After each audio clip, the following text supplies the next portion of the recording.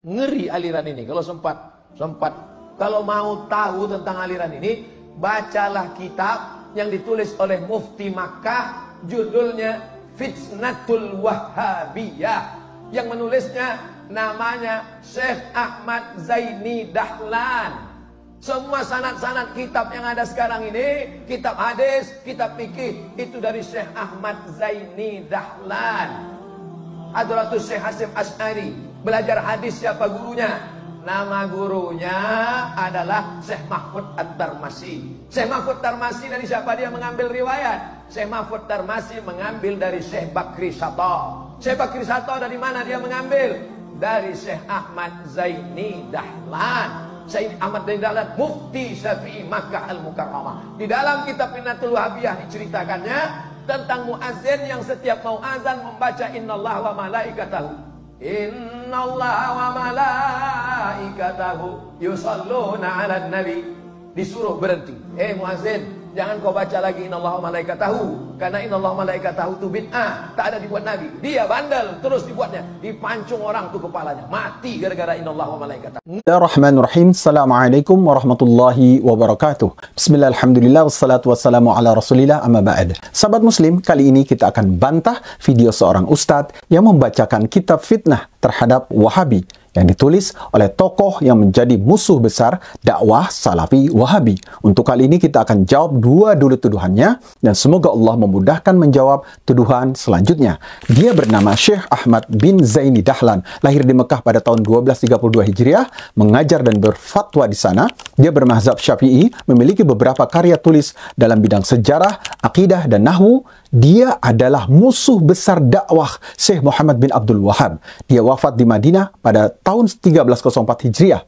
Syekh Muhammad Rashid Ridho berkata, sesungguhnya Dahlan bukanlah seorang yang ahli hadis dan kemudian ahli sejarah dan ilmu kalam. Dia hanya taklid kepada beberapa orang yang juga taklid dan hanya menukil dari kitab-kitab mutaakhirin, yaitu orang-orang belakangan. Alangkah bagusnya ucapan Syekh Fauzan Sabik tatkala berkata, sebagian para ulama Mekah yang mulia mengatakan karya-karya Dahlan adalah seperti bangkai, tidak ada yang memakannya kecuali orang yang terdesak. Sungguh telah banyak para ulama dari India, Irak, Najd, dan selainnya yang membantah dan menyingkap kesesatannya. Dan banyak murid-murid yang lain, murid-murid beliau yang jadi ulama di Indonesia. Nah, beliau dalam kitab ini disebutkan, Bapak Ibu sekalian, beliau hidup di abad ke-13 Hijriah, menyaksikan langsung beliau mufti Mekah bermadhab Syafi'i. Beliau menjelaskan dalam kitab ini dari sisi tarikh dan sejarahnya beserta ajaran dari Wahabinya. Dari sisi kesejarahannya, Bapak Ibu sekalian, bahwa Muhammad bin Abdul Wahhab ini sudah diprediksi oleh ayahnya sebagai mufti, oleh saudaranya dan kibarul ulama pembesar, bahwa orang ini akan menyebarkan kesesatan yang besar.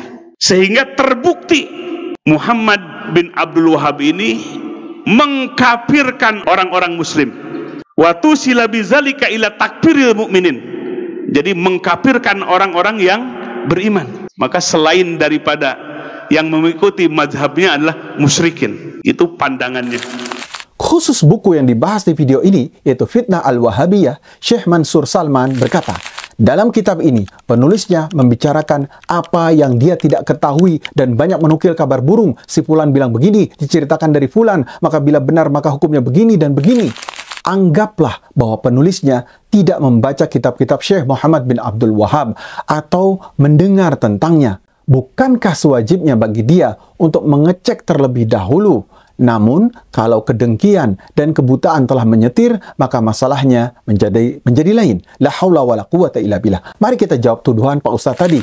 Yang pertama, sebuah kebohongan dan kesalahan yang ditelan si Ustadz yang menuduh tadi bahwa guru-gurunya Syekh Muhammad bin Abdul Wahhab mempunyai firasat yang kurang baik tentang muridnya tersebut, dan bahwa beliau akan sesat dan menyebarkan kesesatan dan mengkafirkan orang muslim. Ini adalah omon-omon, sebab sejarah menjadi saksi bahwa beliau sangat dekat dengan para gurunya dan mereka pun memuji serta mengakui kecerdasannya. Sejarah mencatat bahwa di antara guru-guru beliau adalah, yang pertama adalah ayah beliau sendiri, Syekh Abdul Wahhab, telah memuji anaknya dengan ucapannya, sungguh aku telah banyak mengambil faidah dalam masalah hukum dari anakku Muhammad. Dan ini sebagai pujian yang sangat berharga. Yang berikutnya adalah Syekh Abdullah bin Ibrahim bin Saif An-Najdi. Syekh Muhammad bin Abdul Wahab banyak menimba ilmu darinya dan sang guru begitu cinta dan perhatian dengannya. Syekh Abdullah bin Ibrahim juga memberikan kepada Syekh Muhammad bin Abdul Wahab ijazah dengan hadis masyhur musalsal bil awaliyah dari dua jalur. Yang pertama dari jalur Ibnu Muflih dari Syekhul Islam Ahmad bin Taimiyah hingga ke Imam Ahmad. Yang kedua dari jalur Abdurrahman bin Rajab dari Al-Alamah Ibnul Qayyim dari syekhnya Syekhul Islam hingga ke Imam Ahmad.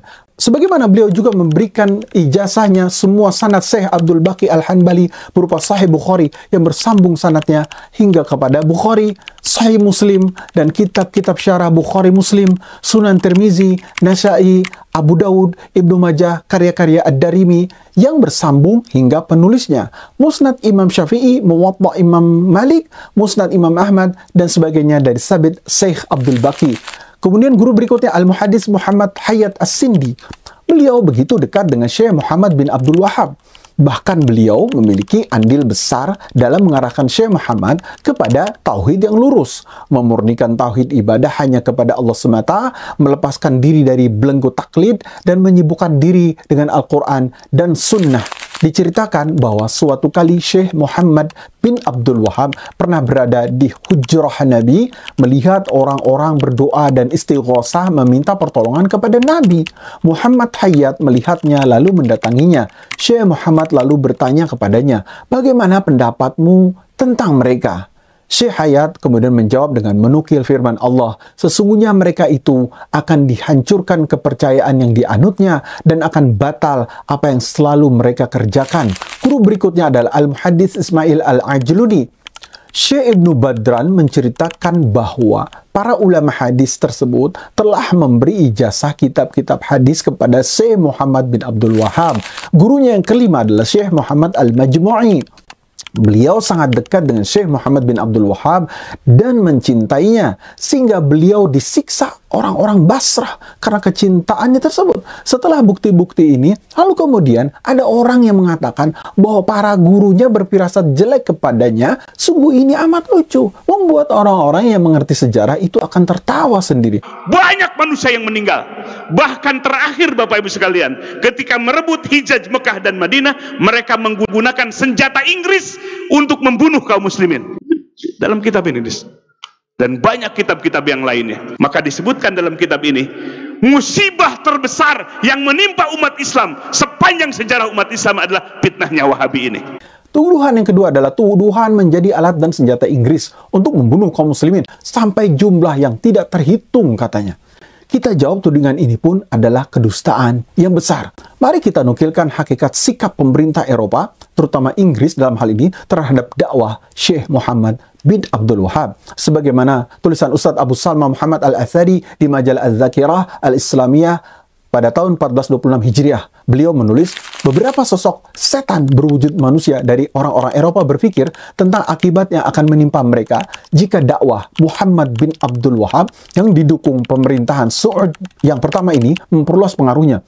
Mereka melihat bahwa apa yang dilakukan oleh pemerintahan Saud akan mengancam kepentingan mereka di kawasan timur secara umum. Oleh karena itu, tidak ada jalan lain kecuali menghancurkan pemerintahan ini. Mereka pun menempuh berbagai daya dan upaya dalam menghancurkan dakwah salafiyah ini. Di antaranya, yang pertama adalah penebaran opini publik di tengah negeri Islam untuk melawan dakwah Syekh Muhammad bin Abdul Wahab.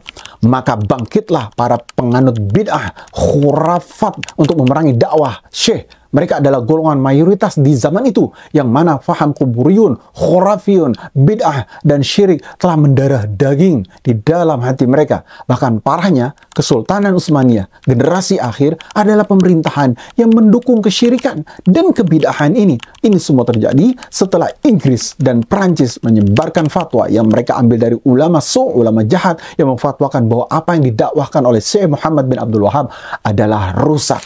Yang kedua, mereka menebarkan fitnah antara gerakan Syekh Muhammad bin Abdul Wahab diadu dengan pemimpin Kesultanan Utsmaniyah.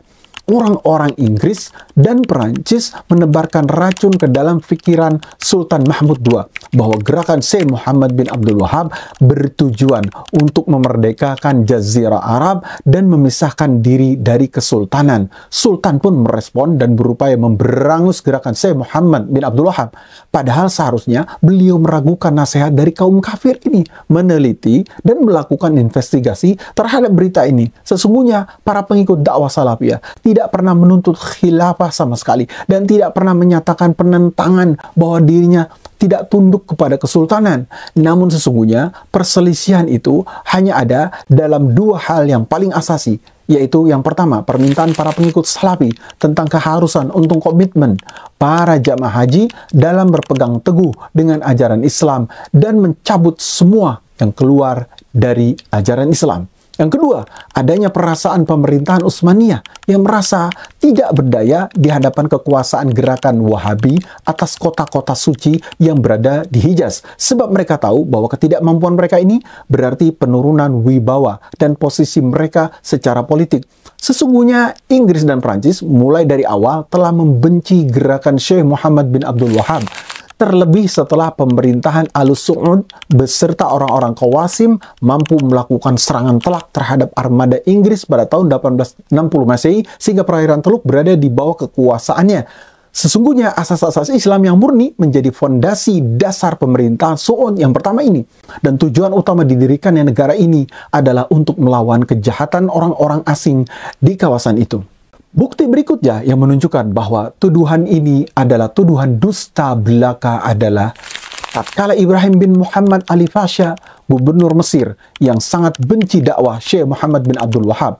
Dia itu antek kafir Inggris yang menelikung Kesultanan Utsmaniyah dan dia pendahulu dari Mustafa Kemal Pasha Ataturk, kaki tangan gerakan Yahudi Primasonri yang kemudian berhasil menghancurkan kota Dir'iyah dan menghukum pancung Pangeran Abdullah bin Saud. Setelah keberhasilan Ali Pasha ini, Inggris kemudian mengutus Kapten George Forrester Sadler untuk memberikan ucapan selamat kepada Ibrahim Pasha dan mengajukan kerjasama antar kekuasaan darat Ibrahim Pasha dengan kekuatan laut armada Inggris dalam rangka menghadapi Qawasim yang merupakan penganut dakwah Muhammad bin Abdul Wahab. Nah, sahabat muslim, sungguh sangat jauh panggang daripada api apabila dikatakan bahwa Muhammad bin Abdul Wahab adalah boneka atau antek-antek Inggris dan digunakan serta menggunakan senjata Inggris untuk menghabisi kaum muslimin sampai tak terhitung bahkan jumlahnya. Padahal dengan menyebarnya dakwah Salafi Wahabi yang diberkahi ini ke pelosok dunia lain